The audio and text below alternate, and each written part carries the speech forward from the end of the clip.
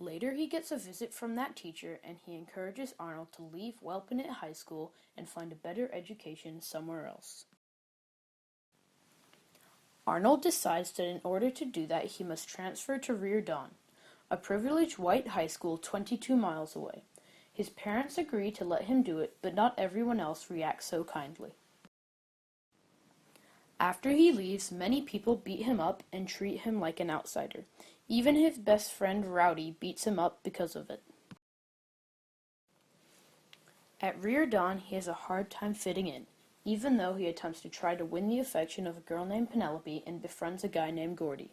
As well as that, he punches a school jock Roger in the face and gets his respect.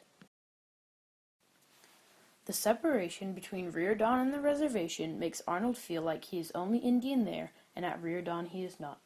It makes him feel like a part-time Indian, like in the title, and he feels like he doesn't belong at the reservation or at Reardan. At Reardan, he joins the varsity basketball team and they occasionally have to play Welpinit, which causes quite some problems. At the beginning of their first game, somebody throws a quarter at Arnold and he gets a big cut across his forehead. He is also knocked unconscious by his old best friend Rowdy during the game. This causes the game to be cancelled and it has to be rescheduled. In that next game, Arnold starts off with an excellent play and he scores, and after that, Reardan completely smashes Welpinit and they win. Arnold suffers through two devastating losses in this book.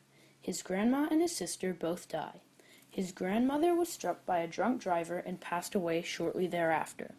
His sister left the stove on in her camper van and she passed out and it burned down with her in it.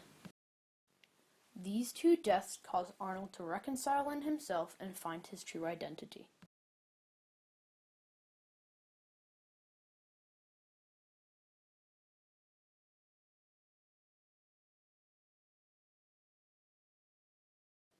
During this novel, Arnold receives a book that has his mother's name in it, and that really sets the whole story into motion. Just think about it.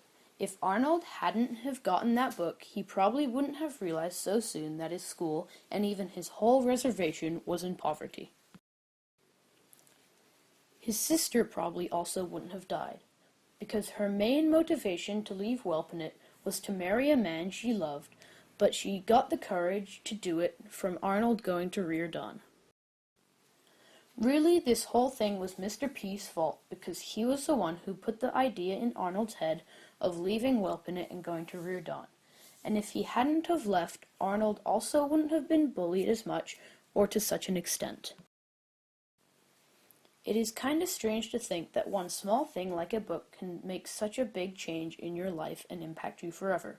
Just think about it. You could make a single unique or different decision and it could impact your life forever and drastically change your future. Some important vocabulary words I found I had heard before but never really looked them up. Some examples could be hydrocephalic, which is when you have too much cerebral fluid, retroactive, when you take effect from a past date, and tautology, saying the same thing twice but in different words. Other words I found that weren't in my vocabulary were anthropologist, endeavor, and the Bureau of Indian Affairs. Some Indian names also make an appearance in this book, like Oglala, Tonto, Squaw, and Sioux. One of the main takeaways I got from this book, and it was basically the moral of the story, is that you don't have to be accepted by others to accept yourself.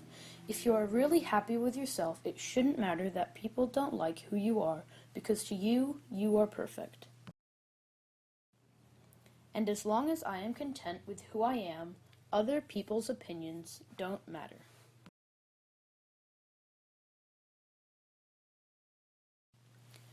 It also conveys that you don't have to stick to one kind of you. You can be Indian and white and a basketball player, and you don't care what people think because that is who you are.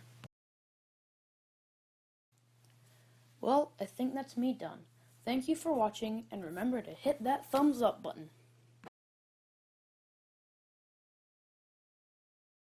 Created using Powtoon.